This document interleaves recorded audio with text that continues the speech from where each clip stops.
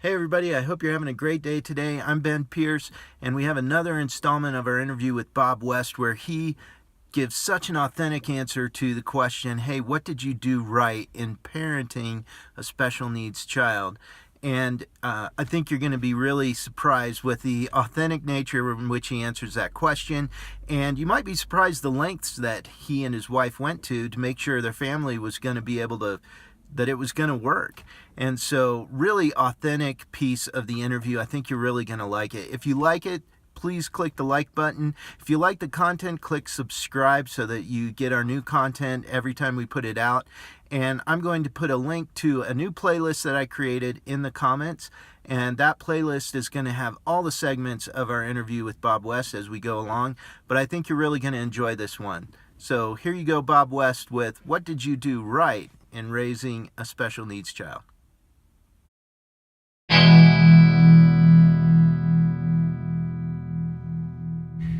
You know, yeah, I mean, there aren't many things that I would, I can tell you that we didn't really have a plan. Mm. We kind of fumbled through it and figured things out as we went along. I mean, there was just, to me, there was no way to plan all the things that were going on and all the things that were happening. It was very difficult. I sometimes feel like I was hanging on to the back of a bull along for a ride. But some of the things that I think we did right was we were able to get Kyle involved, in different different organizations that did early intervention, and also we did make those times with Grandma watching him, Mm-hmm. or also the other thing that was kind of crazy is, as my wife is a nurse, during this time she was working nights. Wow. So there were, and not all the time, but there were periods where we would see each other for a couple of hours in Crossing. Mm. Or there were also periods where she was working evenings where we had a babysitter for a couple of hours, so she left and I came home. We didn't see each other until she got home at 11:30 at night. Wow. For a while. So one of the things that we had to make a decision. We were living in a very expensive area that required us both to work at that time, and we made the decision. At one point, when we found out we were having our third child, Sue just looked at me and said, "I can't do this anymore." And together we made the decision to move somewhere where it was a cheaper cost of living. We could actually reduce, our expenditures. Smaller house. Well, actually, it was a bigger house in an area that didn't cost, Okay. costs Yeah. as much. So we were able to get a house. We were able to live on one income, Mm-hmm. and allow her to be home with the kids, be able to deal with those things, and then allow me. I was able to work. Now, one of the things that was hard is it moved us way away from family at that point. That was difficult because family around you can really be that support, right? Grandparents coming over and loving on your kids. I think that's an important thing. The good news for us was it was a year later when my in-laws moved close to Okay. us. They moved to be close to us, and it was actually a God thing because my father-in-law's company, the job he was doing, went away. They were removing the job. So, but they gave him like 6 months and told him to find a job somewhere else. Well, it was a multinational corporation that just happened to have an operation here in Colorado. They moved him out to Colorado. They bought a home out here, wow.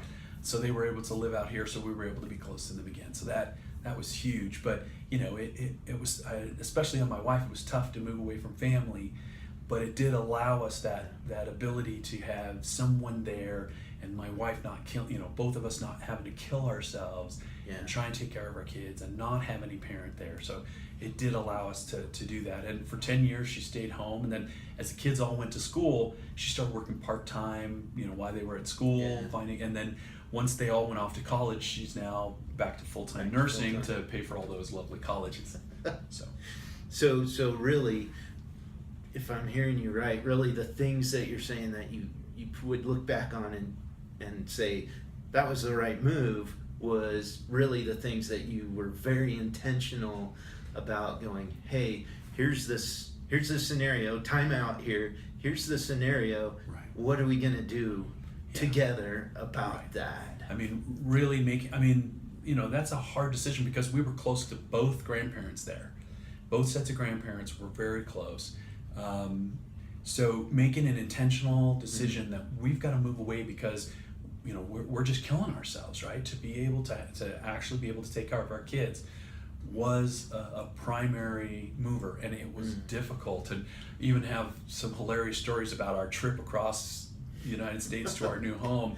I mean, 2 kids with the flu throwing up in our minivan the whole way. I mean, it was not easy, right? We Lots know of how it people goes. understand that. Our minivan was never the same, right? We know that. But I mean, it was a hard, you know, it was a hard thing because we moved to somewhere we weren't familiar with. The first day we were in Colorado, my wife Sue was in the emergency room with 2 kids, and I was at work. And so that was, you know, it didn't go smooth at first, right? But we slowly built up to being able to, you know, manage our situation much better and making those hard decisions to do those kinds of things, right? Those are the sitting down and saying, okay, you know, we need to make some tough decisions to be able to really manage our family well and not kill us all. Right? Did you guys learn to do that more intentionally, or did they just show up in terms of, hey, the scenario warrants us sitting down, and how did that work out in you guys' experience? I think it showed up and we made a decision. I mean, I just, as the points came, we had to make decisions along the way. There were, you know, even with like surgeries, there were surgeries where, you know, these doctors, and it can be overwhelming. A doctor tells you, well, we think we want to do this surgery. Well, in one of the surgeries, they cut both of his leg bones and rotated his legs 20 degrees and then put plates with screws to hold the bones in place. Wow. Okay, think about that. The doctor's explaining this to you. Right? Hey, we're gonna just, you know, chop up your kid's legs. You know, and you're like, yeah, is this what I want to do? Right? You have a decision to make at that time. Do I do that? Do I not do that?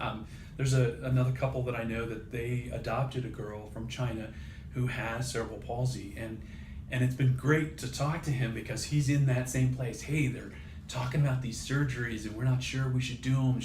You know, the therapist says we could do therapy and maybe do the same thing instead of the surgery. You know, what should we do?